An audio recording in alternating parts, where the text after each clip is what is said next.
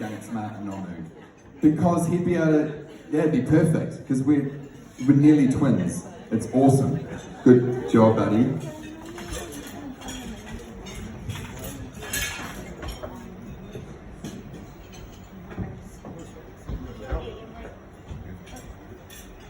Try again. Yeah, Jordan. Kia ora, everybody.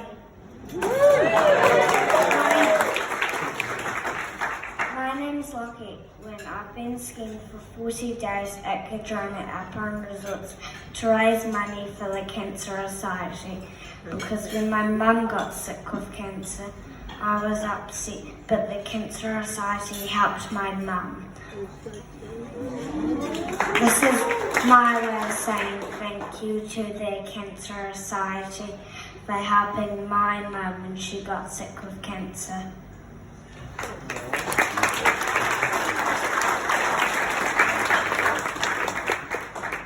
I've raised over 10,000.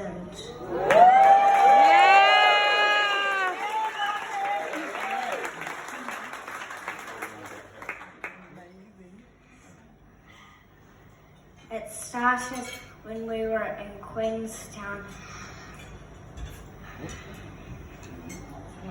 and we met Paul from the front runner, and he said, "Oh, you've been skiing?" I said, "Yes," and he said, I said, "Do you know how many days I'm going to ski for?" And he said, 2.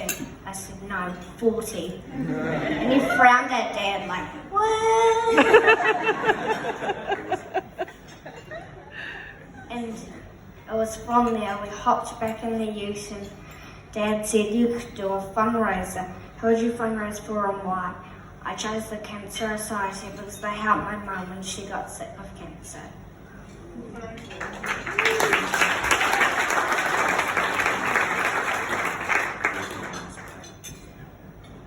My job on this planet is to help everyone. Aww. And how many runs have you done so far down the hill?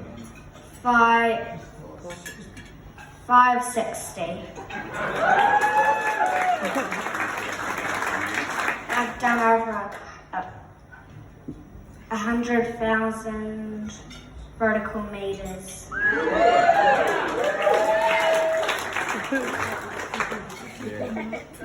So I'm Lochie's dad, and the roller coaster, as a lot of people will know, when cancer affects your family, is huge. And at the time when Lochie's mum Rebecca got the diagnosis, Lochie was 4, and how do you tell a 4-year-old that you don't know what's going to happen to his mum? And I hope that none of you ever have to be in that position, because it's awful. And it was then that I seen Lochie's true light, that he was a special kid. That I'll never forget it. He turned up at the hospital, or the doctor's surgery rather, and we'd just been told. And his auntie arrived with him, and he said, "Where's my mum?" I said, "She's inside." And I was beside myself.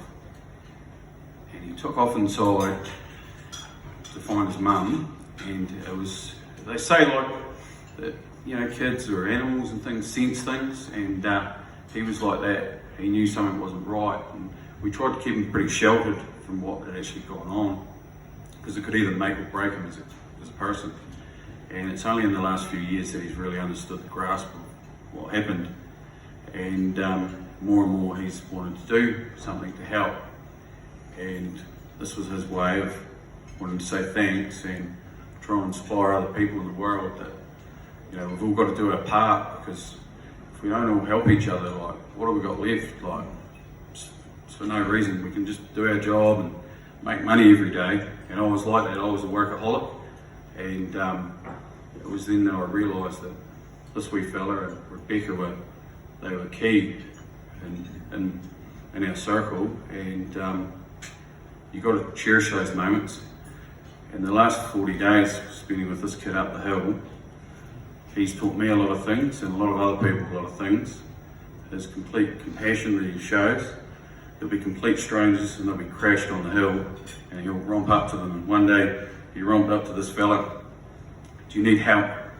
No, I'm all right. And this fellow was in his 40s, and he was trying to swallow his pride, getting asked by a 6-year-old, does he need some help to get back up? And he says to him, do you need me to call your mum? And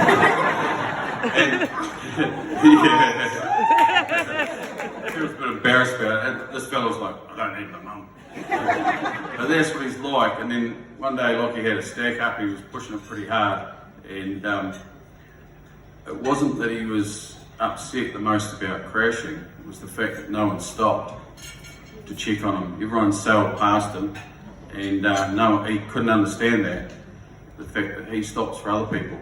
And so that's who he is as a kid, and says a lot about him, and I'm just so proud of him. Like you've done a good job, mate.